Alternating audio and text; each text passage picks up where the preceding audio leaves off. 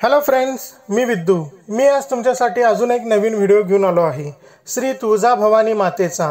तर या व्हिडिओमध्ये आपण देवी आणि मंदिराबद्दल जाणून घेणार आहोत। तर व्हिडिओ पूर्ण बघा, आवडला तर लाईक करा आणि जास्तीत जास्त लोकांपर्यंत शेअर करा। श्री तुळजाभवानी मंदिर हे महाराष्ट्रातील तुळजापूर येथील एक हिंदू मंदिर आहे। तुळजाभवानी देवी ही महाराष्ट्राची कुलस्वामिनी म्हणून ओळखली जाते।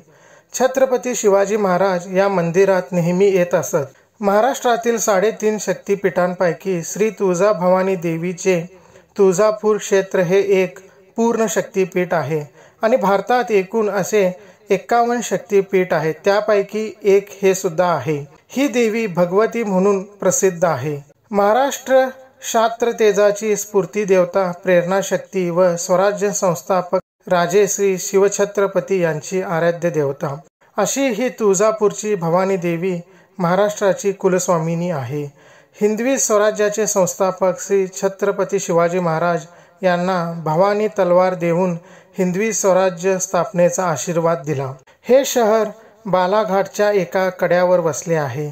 मंदिराच्या काही भागाची धाटणी हेमाडपंथी आहे। इतिहास व पुरातत्वदृष्ट्या हे मंदिर राष्ट्रकूट अथवा यादवकालीन मानले जाते। श्री तुळजाभवानी मंदिरात प्रवेश करण्यासाठी 2 मोठी प्रवेशद्वारे आहेत। एका प्रवेशद्वारास राजे शहाजी महाद्वार तर दुसऱ्या दरवाजाला राजमाता जिजाऊ महाद्वार असे नाव देण्यात आले आहे। देवीच्या मंदिरात जाण्यासाठी दगडी पायऱ्या आहेत। पायऱ्या उतरून खाली गेल्यानंतर गोमुख तीर्थ येथे दर्शनाला जाण्यापूर्वी भाविक येथे स्नान करतात, तसेच हातपायही धुतात। समोरच कल्लोळ तीर्थ आहे।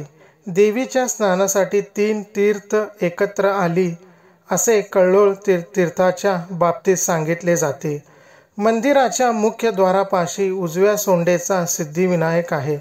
येथेच आदिशक्ती, आदिमाया व अन्नपूर्णा देवीचे मंदिरही, त्याचबरोबर आदिमाया आदिशक्ती पाठीमागे मातंगी देवीचे मंदिर असून श्री दत्त मंदिर, यमाई देवी, जेजुरी खंडोबा मंदिर ही मंदिरात लक्ष वेधून घेतात। आता आपण देवीच्या इतिहासाबद्दल जाणून घेऊया। श्री स्कंद पुराणात या देवीचे अवतार कथा आढळते। कृतयुगात कर्दम ऋषींचे मृत्यूनंतर त्यांची पत्नी अनुभूती हिने पतीबरोबर सहगमन करण्याचे ठरविले, परंतु तिला अल्पवयीन मुलगा असल्याने इतर ऋषीमुनींनी तिची समजूत घातल्याने अल्पवयीन मुलासाठी तिने तो बेत रहित केला व मंदाकिनी नदीच्या तटावर ती तपश्चर्या करू लागली। त्या समयी कुकर नाम दैत्याने तिचे तपाचा व प्रतिव्रतेचा भंग करण्याचा प्रयत्न केला। अनुभूतीने संकट समयी श्री भगवतीची धाव घेतली व श्री भगवतीने अवतार धारण करून त्या दुष्ट दैत्याचा वध केला व अनुभूतीच्या विनंतीवरून यमुनाचल म्हणजेच बालाघाट पर्वतावर अखंड वास्तव्य केले। श्री तुळजाभवानी देवीची मूर्ती ही चल मूर्ती आहे। येथे उत्सव मूर्तीची मिरवणूक न काढता प्रत्यक्ष श्री तुळजाभवानी देवीच्या मूर्तीची पालखीत बसवून मंदिराभोवती मिरवणूक काढली जाते।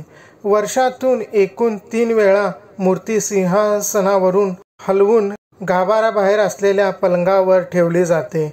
नंतर विजयादशमीच्या दिवशी सीमोल्लंघनाच्या वेळी आईची पालखीतून मिरवणूक काढली जाते।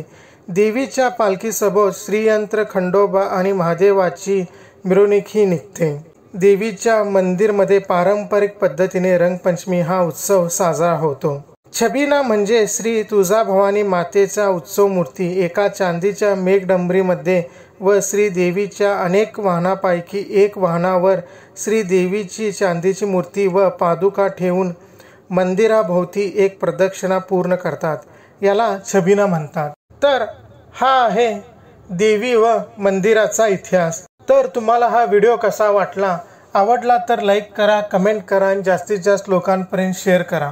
आणि माझ्या यूट्यूब चॅनलला सबस्क्राईब करून बेल आयकॉन नक्की प्रेस करा, जेणेकरून मी जे भविष्यात असे चांगले व्हिडिओ घेऊन येणार आहे त्याचे तुम्हाला नोटिफिकेशन मिळत राहील।